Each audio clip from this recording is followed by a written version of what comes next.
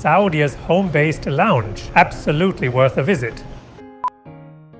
The Catrion Lounge, Riyadh. Full lounge unboxing tour. Amazing facilities you shouldn't miss. How's the buffet offering? Hi, I'm Treepapa, a travel enthusiast and proud father of 3. Discover family-friendly spots and tips of making the most of your travels. Join me, let's explore together.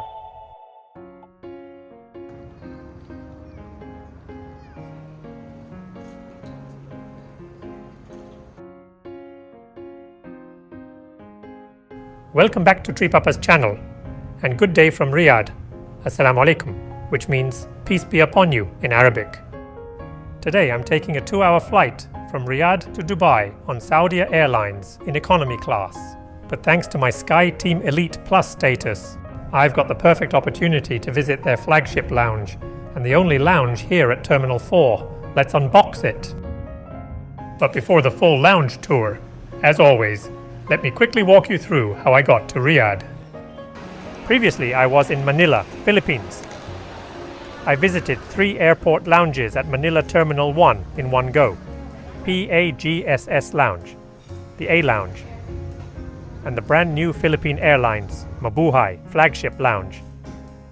Then I boarded an impressive 11-hour business class journey on their ultra space-saving lie-flat seats in their A330-300.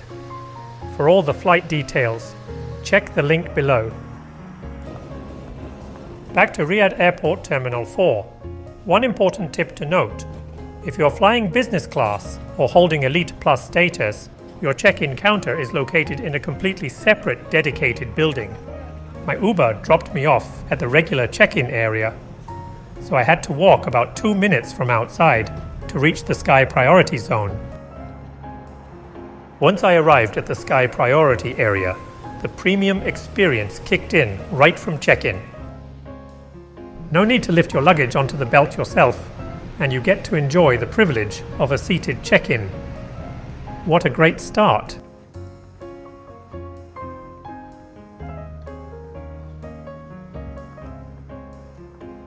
After security, I initially thought there were 2 Sky Team lounges available here. The Saudia Al-Fursan Lounge, which you'll find on Google Maps, and the Catrion Lounge. But here's the reality check. The Al-Fursan Lounge no longer exists. It has been rebranded and is now the Catrion Lounge. The lounge is conveniently located right next to the Sky Priority Security checkpoint. Just take the escalator up and you'll find it right beside the food court. Before heading in, let me take a quick look around the food court. It's surprisingly relaxed, even during dinner hours. And honestly, it could be a decent alternative if you don't have lounge access. Alright, stepping into the Catrion Lounge. The premium atmosphere is immediately felt. Traditional Arabic coffee and dates are on offer right at the entrance, which is a lovely touch. There's also a luggage locker area, one of my favorite lounge features for a hands-free experience.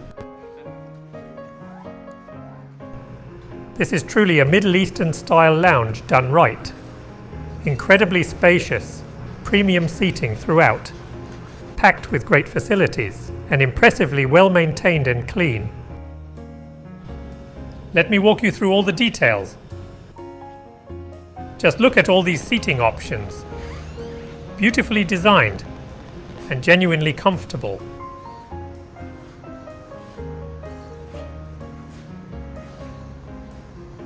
And most importantly, it never felt crowded throughout my entire evening visit from 6 p.m. to 10 p.m.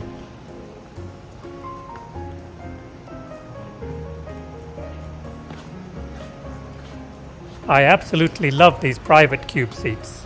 Such a cozy little spot to enjoy your own personal space. Now here's something I've noticed about Middle Eastern lounges.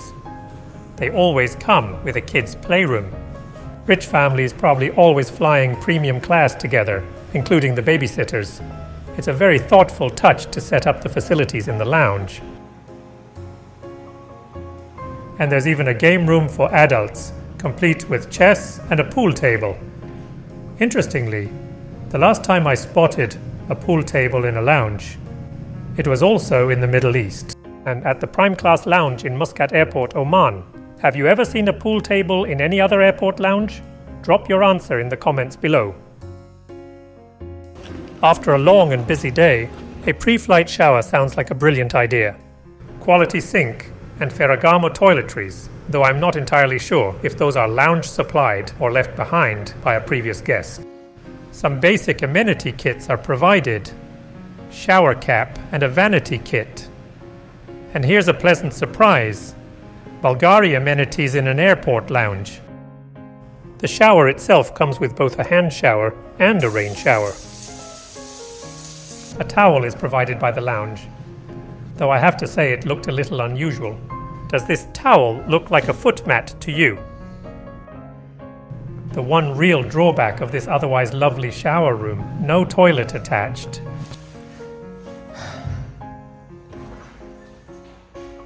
Despite the impressive lounge design, the food quality doesn't quite match up to the overall standard. And I'll tell you why I feel that way. The buffet does cover the basics, cold appetizers, and several hot dishes, but I had just come from the Crown Plaza Riyadh RDC hotel, where the lounge buffet genuinely exceeded expectations. That comparison does make the Catrion food offering feel like it has room to grow. Beverages and snacks, however, are solid and well stocked.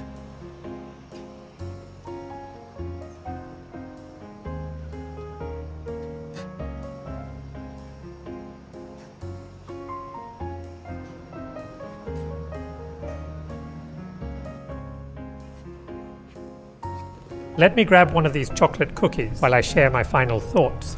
Alright, to summarize, I'm currently at the Catrion Lounge. I thought there are two lounges in Riyadh Airport Terminal 4. However, the staff told me they renamed the original lounge called Al-Fursan Lounge and right now called Catrion Lounge. So basically it's the same. The overall design looks quite nice and they got full facilities including like the shower room, and also dining area, cafe area, rest area, work area. It's pretty nice actually.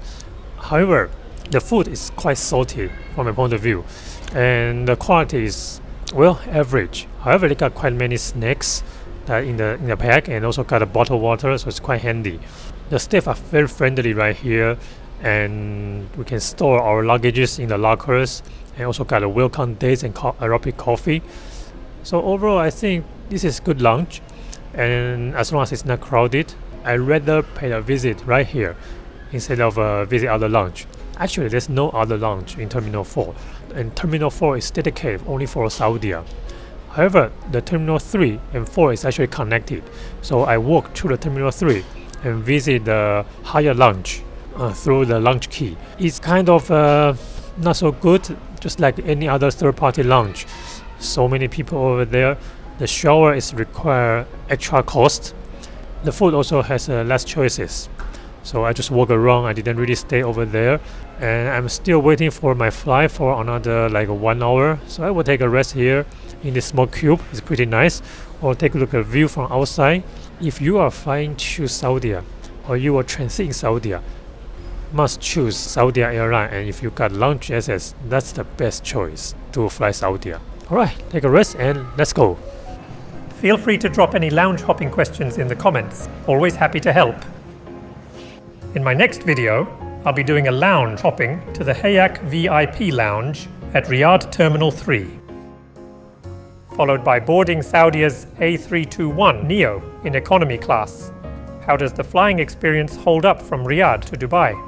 Stay tuned. Thanks for watching and I will see you in my next video.